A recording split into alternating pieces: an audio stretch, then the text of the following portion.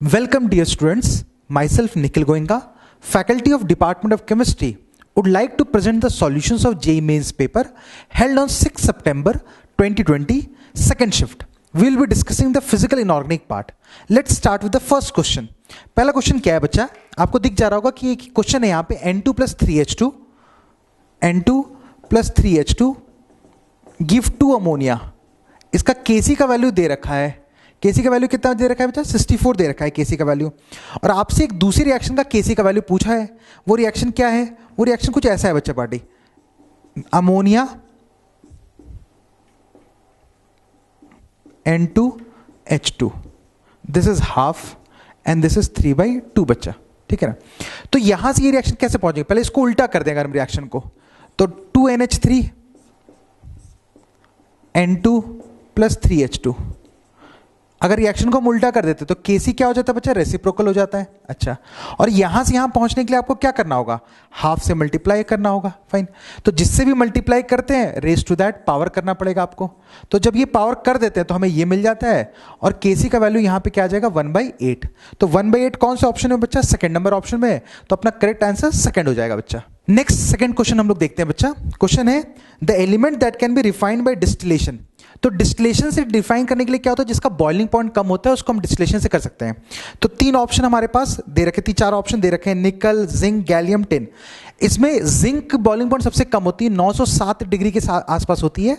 इसीलिए हम जिंक को डिस्टिलेशन के थ्रू प्यूरिफाई करेंगे बच्चा. ये वो सेकंड क्वेश्चन का आंसर. सेकंड क्वेश्चन का आंसर हो जाएगा सेकंड. क्वेश्चन नंबर 3 बच्चों. इस क्वेश्चन नंबर 3 में आपको जो मैचिंग है ये दे रखा है. इसमें ये पॉलीमर से रिलेटेड क्वेश्चन है. इसमें नेचुरल रबर, नियोप्रीन, बुना एस और बुनाइन. वैसे तो अगर आपको याद है तो डायरेक्ट मैच कर सकते हैं.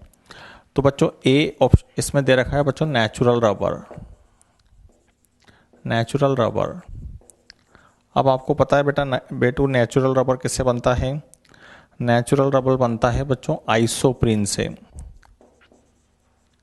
आइसोप्रीन यूनिट क्या होती है? आइसोप्रीन यूनिट देख लेते हैं बच्चों.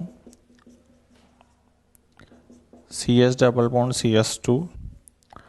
इससे जो आइसोप्रीन यूनिट है पॉलीमराइजेशन होने पे जो बनती है इस तरह की यूनिट बनेगी बच्चों. ये इसका सिस फॉर्म होता है बच्चों जो नेचुरल रबर होती है. दूसरा जो ऑप्शन दे रखा है बच्चों, आपको दे रखा है दूसरा जो पूछा है आपसे, वो पूछा है नियोप्रीन. नियोप्रीन किससे बनती है बच्चों? नियोप्रीन का जो मैचिंग बनेगा वो बनेगा क्लोरोप्रीन. क्लोरोप्रीन.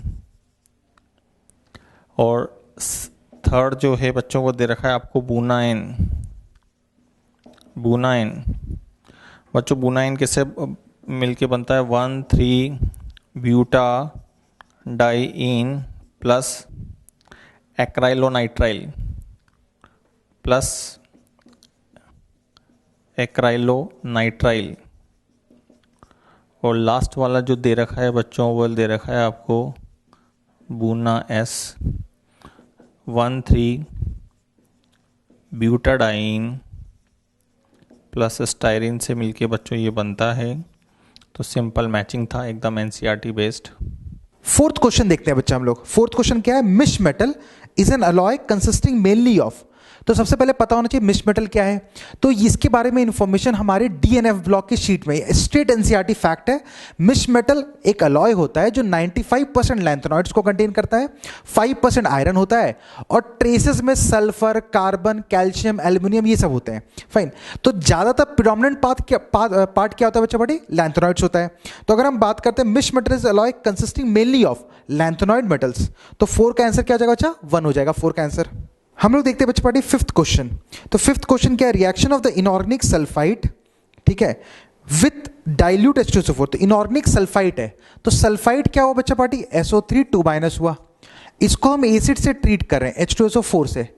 तो सल्फाइड क्या करेगा? सल्फाइड एक वीक एसिड से बना हुआ आयन है. तो H+ गपागप खा लेगा.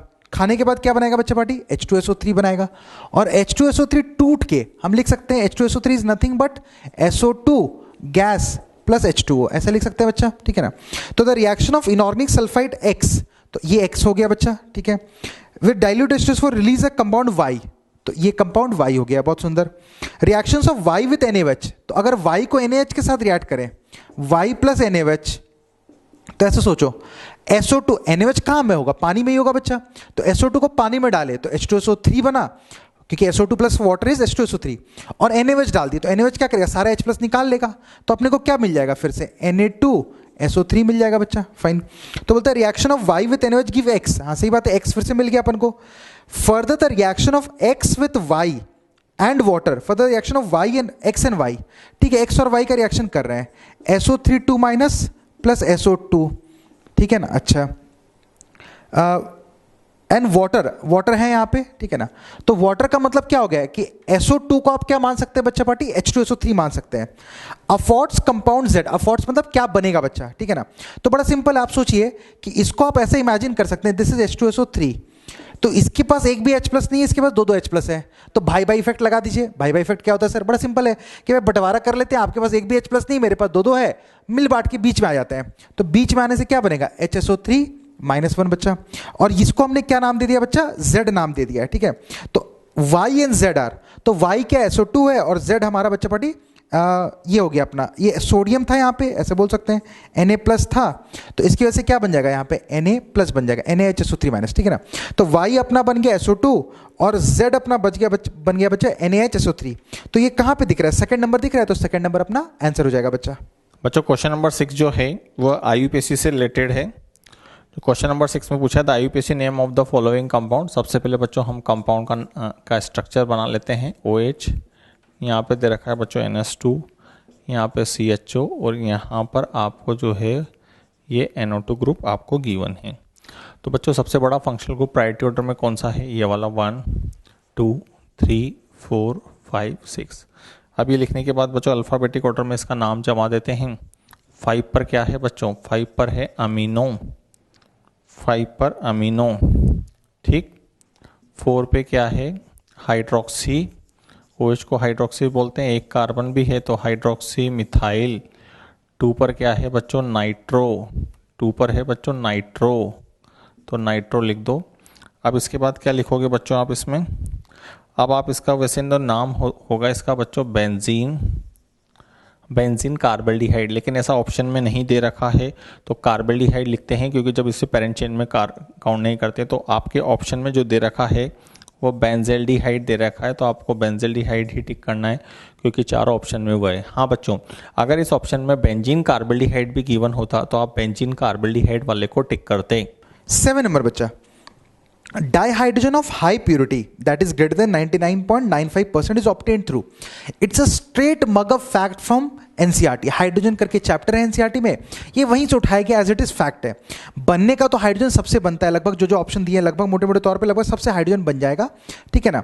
बट NCERT में एज इट इज लिखा हुआ है कि जो हाईएस्ट प्योरिटी का बनता है उसको बनाने का तरीका है 7 का 1, that is electrolysis of warm barium hydroxide solution with निकल इलेक्ट्रोड। ये NCERT में एज इट इज दे रखा है, तो 7 का आंसर क्या हो जाएगा बच्चा, 1 हो जाएगा। क्वेश्चन नंबर 8 में बच्चों मैचिंग दे रखा है, इस मैच से आपको बताना है, POC का मैचिंग है बच्चों ये।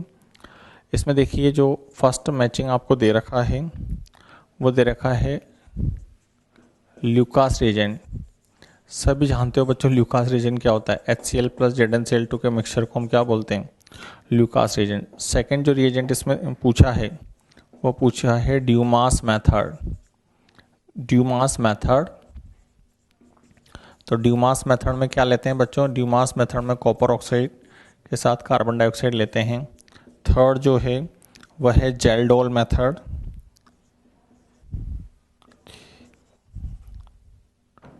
जेल्डोल्स मेथड। बेटा जेल्डोल मेथड्स में क्या लेते हैं, H2SO4, और लास्ट है हमारे पास इसमें जो फोर्थ दे रखा है वो दे रखा है हिंसबर्ग रिएजेंट, हिंसबर्ग रिएजेंट।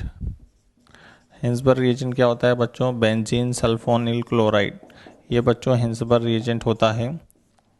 इसके साथ हम QH लेते हैं, ये 1 डिग्री 2 डिग्री 3 डिग्री अमीन्स को डिस्टिंग्विश करने में यूज़ लेते हैं। ल्यूकास रिएजेंट को 1 डिग्री 2 डिग्री 3 डिग्री अल्कोहल को डिस्टिंग्विश करने में हम यूज़ लेते हैं। बच्चा पार्टी 9 देखते हैं, the reaction of NO with N2O4 at 250 kelvin. 250 kelvin मतलब माइनस में माइनस समथिंग कर रहे हैं, मतलब रूम टेम्परेचर से बहुत कम टेम्परेचर पे, तो ये बहुत पॉपुलर रिएक्शन है। NO प्लस N2O4 को NO2 भी लिख सकते हैं बच्चा, आपको दिक्कत नहीं है, बिकॉज NO2 इज डाइमराइज करके N2O4 बनता है।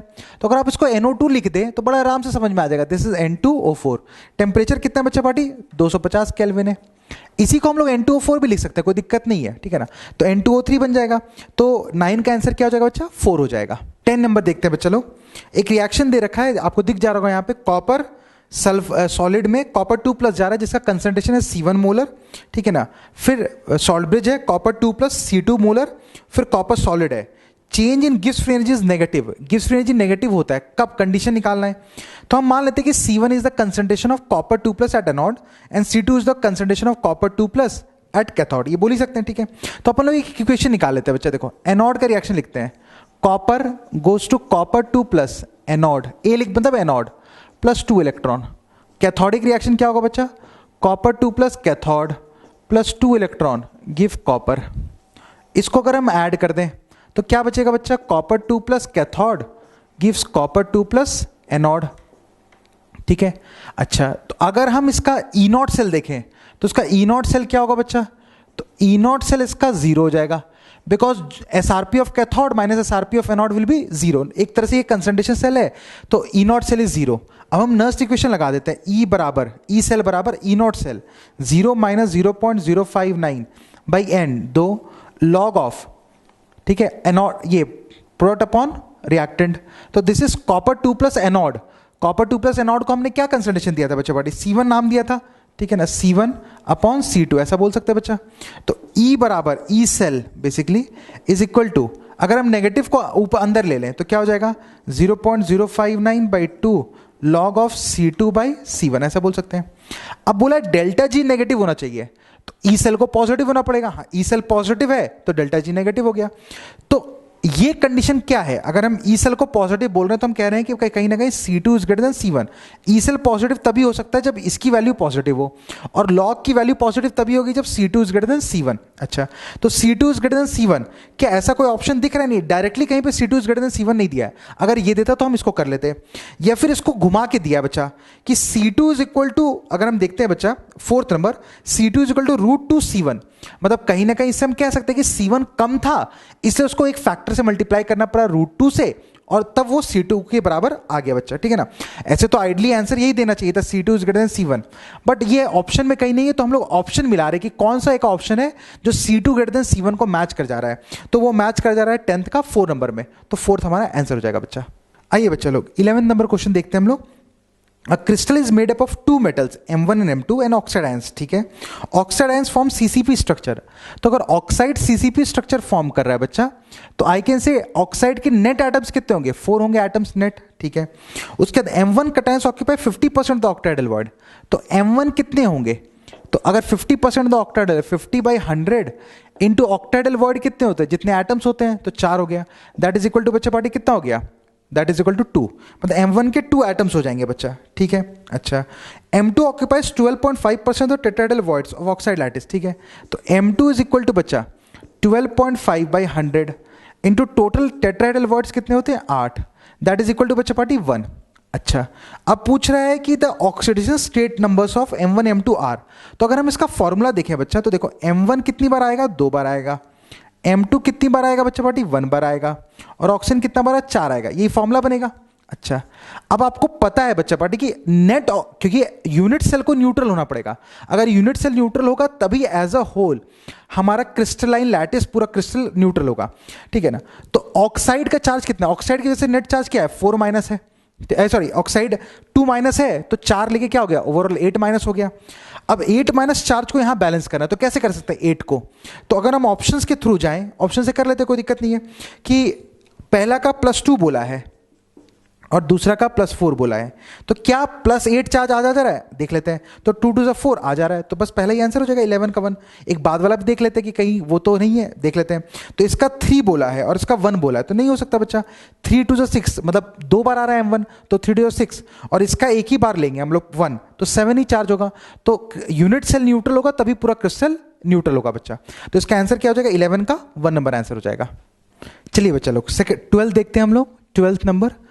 12th number question coordination chemistry का है। For a D4 metal ion in an octahedral field the correct electronic configuration is. तो D4 मेटल आयन है, ऑक्टाहेड्रल फील्ड है, तो दो केस बनेगा बच्चा लोग, delta not is less than P और delta not is greater then P। तो delta not is less than P मतलब जो हमारे क्रिस्टल फील्ड स्प्लिटिंग है वो बहुत कम है as compare to pairing energy, तो इलेक्ट्रॉन बड़े आराम से ऊपर चला जाएगा। तो कन्फिगरेशन क्या बनेगा, T2G 111 EG 10, ऐसा बन जाएगा बच्चा। ठीक है, 4 इलेक्ट्रॉन का, फाइन। इसको T2G3 भी लिख सकते हैं, कोई दिक्कत नहीं है, और इसको ऐसे लिख सकते हैं T2G3 और EG1, ऐसा भी बोल सकते हो ओवरऑल, सबको ऐड करके। ठीक है, delta not is greater then P मतलब क्रिस्टल फील्ड गैप ज़्यादा है तो इलेक्ट्रॉन नीचे पेयर अप हो जाएगा, तो T2G ये हो जाएगा 211 EG 00। तो इसको हम ऐसा भी लिख सकते हैं T2G4 EG 0, ऐसा बोल सकते हैं। तो आइए ऑप्शन देख लेते हैं। Delta not is less than P, शुरू के 3 option delta not less than P वाले ही हैं, तो delta not less than P वाले हैं, तो इसमें कन्फिगरेशन क्या होगा, T2G3 EG1। तो देख लीजिए कहाँ पे T2G3 EG1 थर्ड नंबर हो जाएगा बच्चा, तो 12 का हो जाएगा थर्ड। बच्चों question number 13, which of the following compound can be prepared in good yield by Gabriel phthalimide synthesis. बच्चों गैब्रियल थैलेमाइड सिंथेसिस से किससे बना सकते हैं हम, 1 डिग्री एलिफेटिक एमीन से। तो अगर अपन ऑप्शन देखते हैं बच्चों, इसके ऑप्शन देखोगे आप, तो फर्स्ट ऑप्शन जो है वह है क्या नाम, 1 डिग्री एलिफेटिक एमीन। दूसरा वाला ऑप्शन है वह है एरोमेटिक एमीन। तीसरा वाला ऑप्शन है बेटा अमाइड, अमाइड को नहीं बना सकते। और फोर्थ वाला ऑप्शन है इसमें 2 डिग्री एमीन। तो हम देख लेते हैं बेटा इसका प्रोसेस कैसे होता है गैब्रियल थैलेमाइड सिंथेसिस का। वैसे तो बहुत ही सिंपल क्वेश्चन है। ये गैब्रियल थैलेमाइड लेते हैं, इसकी रिएक्शन बेस से कराएंगे। तो सबसे पहले बच्चों एसिड बेस रिएक्शन होगी। एसिड बेस रिएक्शन होने के बाद बच्चों ये N- और यहाँ पे बनेगा बच्चों K+। अब ये K इस पे ये RX पर बच्चों ये 1 डिग्री होना चाहिए, 1 डिग्री। RX जो होना चाहिए बच्चों 1 डिग्री होना चाहिए। 1 डिग्री पे SN2 रिएक्शन फास्ट होती है। तो बच्चों ये यहाँ पे N और यहाँ पे R आ गया। और फिर नेक्स्ट स्टेप में बच्चों इसका अपन हाइड्रोलाइसिस करा दें। तो हाइड्रोलाइसिस करा देंगे तो बच्चों ये यहाँ से ऐसे टूट जाएगा, इधर OH और इधर H, इधर OH और इधर H। तो ये हमारे पास जो है थैलिक एसिड हमें वापस मिल जाएगा और ये यहाँ पर RNS2 आ जाएगा। अब बच्चों इससे हम केवल एलिफेटिक एमीन ही बना सकते हैं, एरोमेटिक एमीन क्यों नहीं बना सकते, क्योंकि अगर आप एरोमेटिक वाला पार्ट लोगे तो बच्चों तो इसके लोन पेयर बेंजीन के साथ रेजोनेंस में होते हैं। That's why partial double bond character होता है, तो यहाँ SN2 रिएक्शन नहीं हो पाती है। डैट्स वाई बच्चों सेकंड ऑप्शन आंसर नहीं होगा, इसका आंसर होगा ऑप्शन 1। बच्चों जो क्वेश्चन नंबर ये 14 आपको दे रखा है, ये मैचिंग टाइप है। The correct match between item first and item second for the preparation of benzaldehyde. Benzaldehyde के प्रिपरेशन के रिगार्डिंग है। बच्चों हम ऐसा सोचें कि हमें बेंजीन से अगर हमें ये बनाना है तो ऑप्शन देखें, तो बच्चों इसमें R ऑप्शन ज़्यादा सूटेबल लग रहा है, क्योंकि ये रिएक्शन का नाम कौन सा होगा बच्चों, ये है गाटरमान कोश aldehyde synthesis. That reaction is Gattermann कोश एल्डिहाइड सिंथेसिस। तो बच्चों इससे हम ऐसा बन जाएगा। दूसरा वाला है बेंजोनाइट्राइल। बच्चों बेंजोनाइट्राइल क्या होता है, बेंजोनाइट्राइल बच्चों ये होता है, बेंजोनाइट्राइल से मुझे ये बनाना है बच्चों बेंजल्डिहाइड। तो इसके लिए बेटा बेस्ट रिएजेंट जो है वह है SnCl2 + HCl, जिसे कि हम स्टीफन रिडक्शन बोलते हैं। ठीक है, सेकंड स्ट्रक्चर में H3O+। और थर्ड वाला जो है बच्चों वो दे रखा है आपके पास बेंजोइल क्लोराइड। बेंजोइल क्लोराइड से हमें जो है वेरी फेमस रिडक्शन है बच्चों, ये बेंजल्डिहाइड बनाना है। तो वेरी फेमस रिडक्शन वही रोजेनमुंड कैटलिस्ट H2PD BSO4 और इसमें sulphur and quinoline. Sulphur and quinoline क्यों लेते हैं बच्चों, कैटालाइटिक पॉइजन होते हैं। इसको अल्कोहल में रिड्यूस करने से रोकने के लिए एल्डिहाइड पे ही रुक जाता है। तो this are the famous 3 name reactions. चलो चलो 15 देखते हैं हम लोग।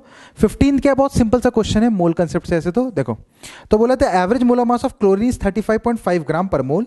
The ratio of chlorine 35 to chlorine 37 is naturally occurring chlorine is close to. तो बड़ा सिंपल है बच्चा ये बनाना। देखो आओ एक सिंपल सा टेबल बना लेते हैं। देखो तो यहाँ पे 2 तरह के क्लोरीन है, 35 और 37। ये परसेंटेज अबंडेंस बोलते हैं हम लोग। रेशियो ऑफ क्लोरीन वही हुआ परसेंटेज अबंडेंस। इसको अगर हम लोग क्या मानते हैं, एक्स मान लेते, तो ये 100 - x हो जाएगा। ठीक है, और ये अपना एटॉमिक मास हो गया, atomic mass. This is 35 AMU बच्चा। And this is 37। एएमयू छोड़ दो, मोलर मास भी हो 37, ठीक है ना। अच्छा, तो अपने को बस एवरेज लेना है और क्या। तो एवरेज कितना दे रखा है बच्चा लोग, 35.5।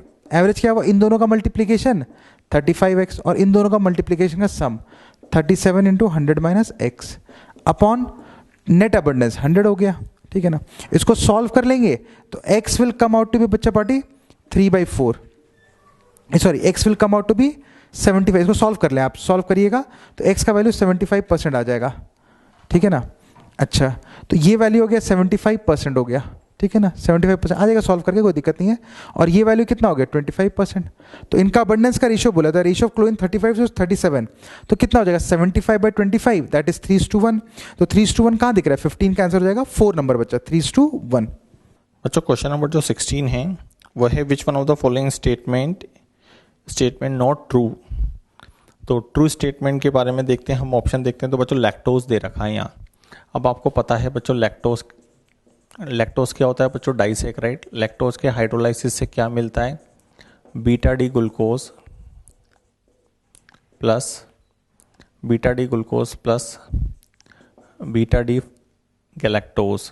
तो ये हमें पता है बच्चों डाइसैकेराइड है। अब हमें इसके लैक्टोज के स्ट्रक्चर बनाते हैं बच्चों। लैक्टोज के स्ट्रक्चर ऐसे बनाते हैं बच्चों, देखिए ये बच्चों बीटा में OH कहाँ होता है, ऊपर की तरफ होता है। तो बच्चों बीटा में OH हमने ऊपर की तरफ बना दिया, HCS2OH, ये H, ये हो गया हमारे पास beta D glucose plus beta D galactose और बनाते हैं बच्चों हम। बीटा में OH ऊपर की तरफ, और बच्चों आपको पता है ग्लूकोज और गैलेक्टोज में कौन से कार्बन पे डिफरेंस होता है, 4th कार्बन एटम पे डिफरेंस होता है, तो 4th वाला ऐसा। अब हमें इसका ये बनाना है, डाइसैकेराइड बनाना है बच्चों। तो इसमें से हम क्या करें बच्चों, वाटर मॉलिक्यूल का एलिमिनेशन कर देते हैं। और जो वाटर मॉलिक्यूल का एलिमिनेशन होता है बच्चों वो यहाँ से होता है, इस जगह से, ये O और H। तो बच्चों ये 1,4 ग्लाइकोसाइडिक लिंकेज बनेगा आपके पास। तो 1,4 ग्लाइकोसाइडिक लिंकेज बनेगा तो हम इसके लिए इसकी स्ट्रक्चर बनाते हैं बच्चों, ये O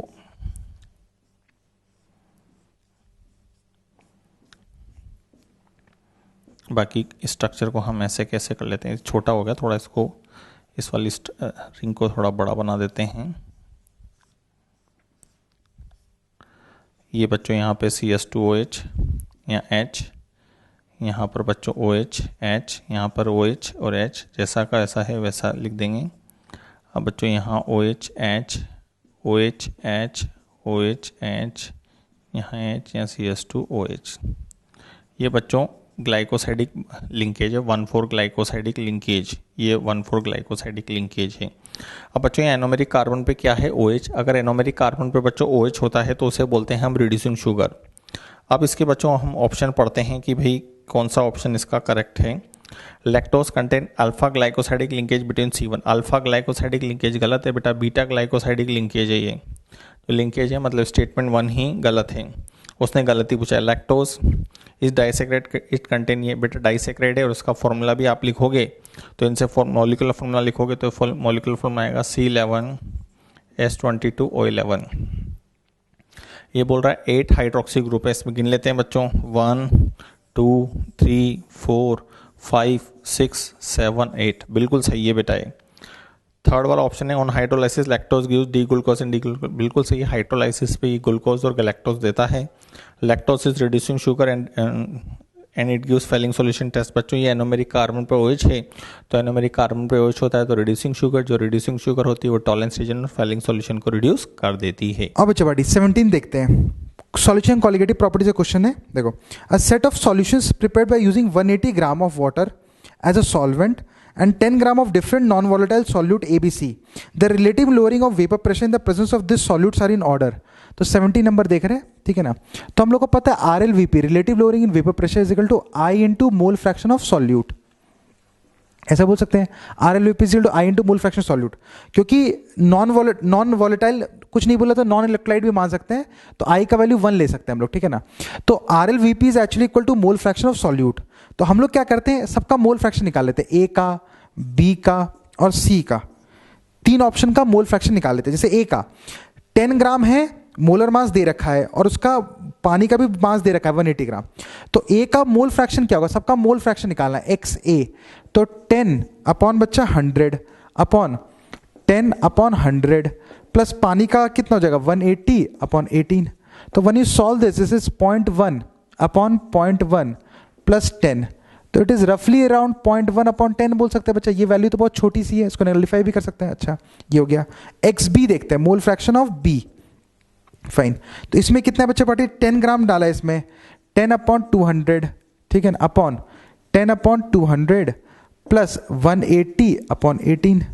तो इसको सॉल्व कर दिए तो this is 0.05 and this is 0.05 plus 10 which can also be written as 0.05 upon 10। नीचे वाला तो 10 plus 10 0.05 is as good as 10 बच्चा। अच्छा C नंबर निकाल लेते हैं, मोल फ्रैक्शन ऑफ C, तो दैट इज इक्वल टू बच्चा 10 ग्राम अपॉन 10,000 kg दे रखा है इसका मोलर मास, फाइन।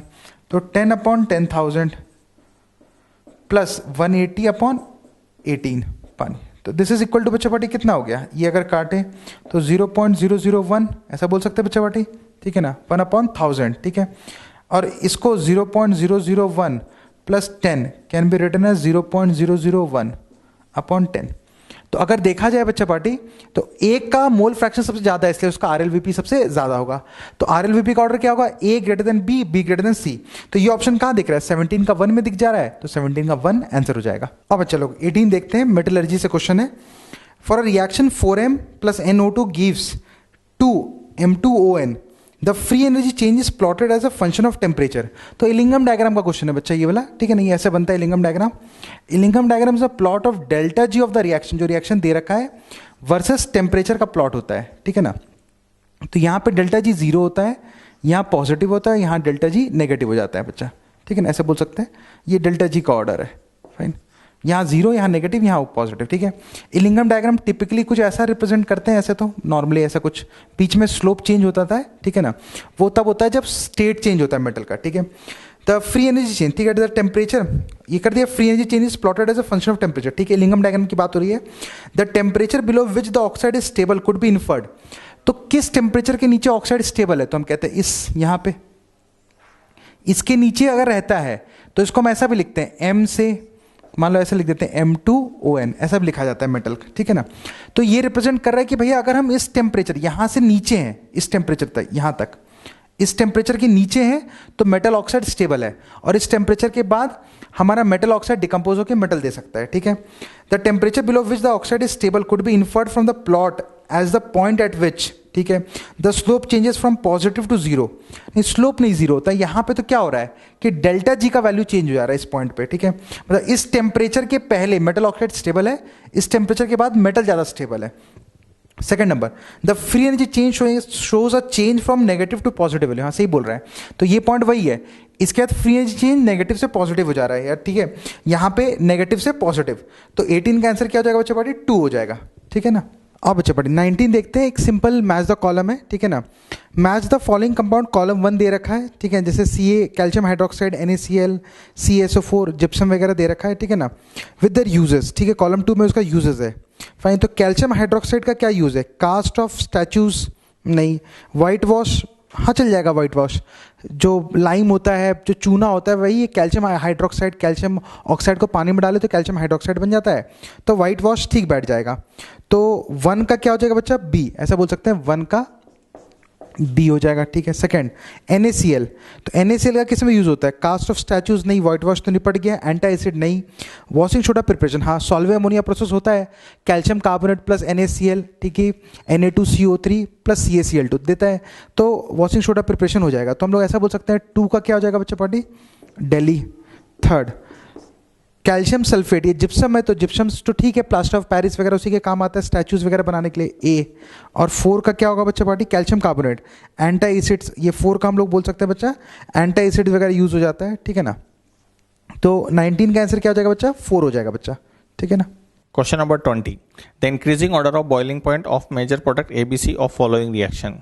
तो बच्चों ये रिएक्शंस है, सबसे पहले इन रिएक्शंस को करेंगे, फिर इसके बाद इनके बॉइलिंग पॉइंट को कंपैरिजन करेंगे। तो ये आपको दे रखा है C6H5COS का होल ट्वाइस लिख रखा है बच्चों। अब आपको पता है बच्चों ये परऑक्साइड होगा, एल्कीन पर परऑक्साइड का HBr परऑक्साइड किसके अकॉर्डिंग जुड़ता है बच्चों, एंटी मार्कोनिहॉफ रूल के अकॉर्डिंग। तो एंटी मार्कोनिहॉफ रूल के अकॉर्डिंग जोड़ेंगे तो प्रोडक्ट बन जाएगा बच्चों 1 ब्रोमोब्यूटेन। इसके बाद सेकेंड वाला देखिए बच्चों, इसमें HBr दे रखा है बच्चों। HBr कैसे जुड़ेगा बच्चों, मार्कोनिहॉफ रूल से। और थर्ड ऑप्शन में बच्चों ऐसे दे रखा है आपको, केवल HBr दे रखा है। HBr कैसे जुड़ेगा बच्चों, मार्कोनिहॉफ रूल से। तो मार्कोनिहॉफ रूल से हम ऐसे बनाते हैं। अब यहाँ पूछा है बच्चों बॉइलिंग पॉइंट। बॉइलिंग पॉइंट कैसे निकालते हैं बच्चों, बॉइलिंग पॉइंट जो डायरेक्टली प्रोपोर्शनल होता है वो होता है किसके, मॉलिक्यूलर मास के। लेकिन बच्चों सब में 4 कार्बन है, ब्रोमीन है, 4 कार्बन है, ब्रोमीन है, तो जो है मॉलिक्यूलर मास सबका सेम होगा 1 ब्रांचिंग। ब्रांचिंग होने से सरफेस एरिया ऑफ कॉन्टेक्ट कम हो जाता है, तो बॉइलिंग पॉइंट कम हो जाएगा। तो सबसे ज़्यादा बॉइलिंग पॉइंट बेटा इसका होगा फर्स्ट, सेकंड नंबर इसका होगा, थर्ड नंबर इसका होगा। ये आपका आंसर आ जाएगा बच्चों। अब चलो 21 नंबर देखते हैं। For Freundlich adsorption isotherm plot of log x/m y axis and log p x axis gives a straight line. ठीक है, तो ये फ्रेडुलिच आइसोथर्म है, अपने पास एक इक्वेशन होता है x/m = k p⁻1 n। इस पे log लगा देते हैं, तो log क्या बन जाता है बच्चा, x/m = log k = 1 + 1/n log p, ये बन जाता है बच्चा। ठीक है ना। अच्छा, अब इसमें क्या बोला है, इसका इंटरसेप्ट दे रखा है। इंटरसेप्ट क्या हो गया, log k हो गया बच्चा। तो log k, ठीक है ना, दैट इज इक्वल टू बच्चा पार्टी कितना दे रखा है, 0.4771। दिस मीन्स k का वैल्यू कितना हो गया बच्चा, नीचे एक ऑप्शन भी दे रखा है log 3 बराबर 0.477 होता है, तो k का वैल्यू 3 हो गया। ठीक है, log k हो गया। अच्छा, और इसके बाद बोला है स्लोप है, the slope of the line is 2। ठीक है ना, फाइन। तो 1/n की वैल्यू कितनी हो गई बच्चा party, 1/n, the intercept in the slope of the line. ठीक है, तो स्लोप ऑफ द लाइन, तो 1/n का वैल्यू हो गया 2, तो that means n is equal to 0.5 बच्चा। ठीक है ना, ऐसा हो गया, fine. The mass of the gas absorbed per gram of the absorbent if the initial pressure is इतना। अब फिर से ये इक्वेशन लगा देते हैं, x is the mass of the gas adsorbed and m is the mass of adsorbent। तो पर ग्राम ऑफ एडजॉर्बेंट x का m का वैल्यू 1 है, k का वैल्यू हम लोग निकाले 3, p का वैल्यू कितना रखा है 0.04, 1/n, तो एक तरह से बोल सकते हैं 1/n का वैल्यू 2 हो जाएगा। इसको सॉल्व कर लें तो 4 4 16 हो गया बच्चा, 16 3 48, तो 48 × 10⁻⁻4 ग्राम हो जाएगा। और ये पूछा है 10⁻4 डैश 10 × 10⁻4 ग्राम, तो डैश का वैल्यू कितना हो जाएगा 48 हो जाएगा बच्चा। ठीक है, 21 का इंटीजर आंसर कितना हो जाएगा 48।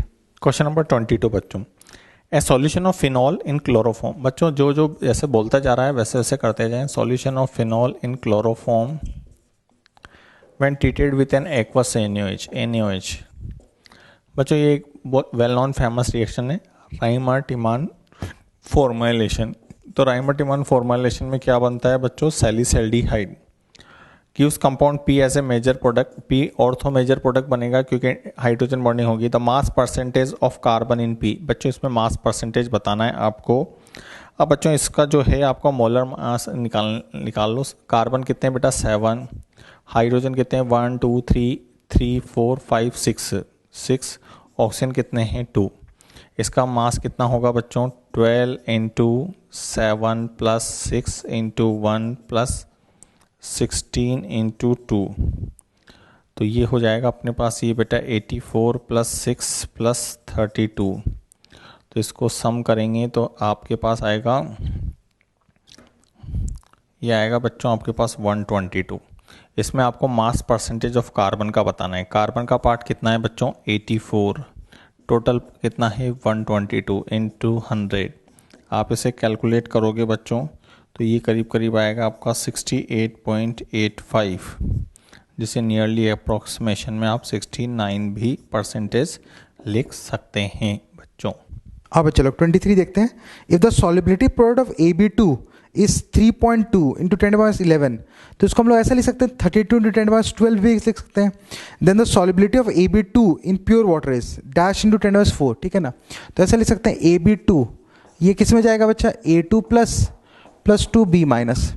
तो इसकी सॉलिबिलिटी अगर ऐसे तो ये S और ये 2S, तो KSP बराबर बच्चा S इंटू 2S का square, that is 4S cube हो गया बच्चा, ठीक है ना. तो दिस इज 32 इंटू 10⁻12 ले लिए 4S क्यूब, तो 4 8 ज़ा 32, तो S बराबर कितना हो गया बच्चा 2 इंटू 10⁻4, ठीक है ना. मोलारिटी, ठीक है, moles per litre, 2 into 10⁻4 moles per litre.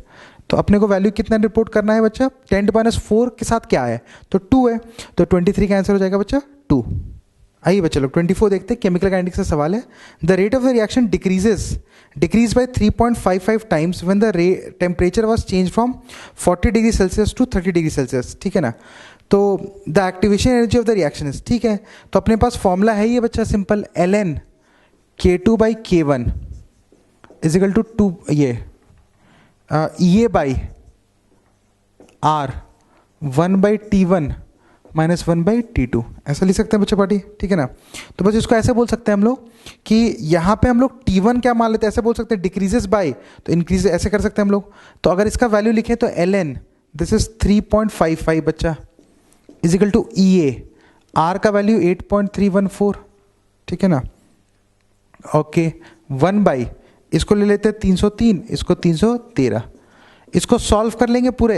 ln की वैल्यू 3.55 को दे रखा है 1.268, तो EA को अगर हम सॉल्व कर लेते हैं तो किलो जूल में जो वैल्यू आ जाएगी वो लगभग आ जाएगी 99.98 किलो जूल पर मोल, ठीक है ना. ये यहाँ से सॉल्व करेंगे तो जूल में आएगी, फिर उसको 1000 से डिवाइड कर देंगे तो किलो जूल पर मोल में, तो 99.98 आंसर हो जाएगा बच्चा. आइए बच्चे लोग 25 देखते हैं. द एटॉमिक नंबर ऑफ अनईएम, तो ठीक है, अन कितना हो गया बच्चा 1, नील मतलब 0 और अन 1, तो एटॉमिक नंबर क्या हो गया 101, तो 25 का आंसर हो जाएगा 101.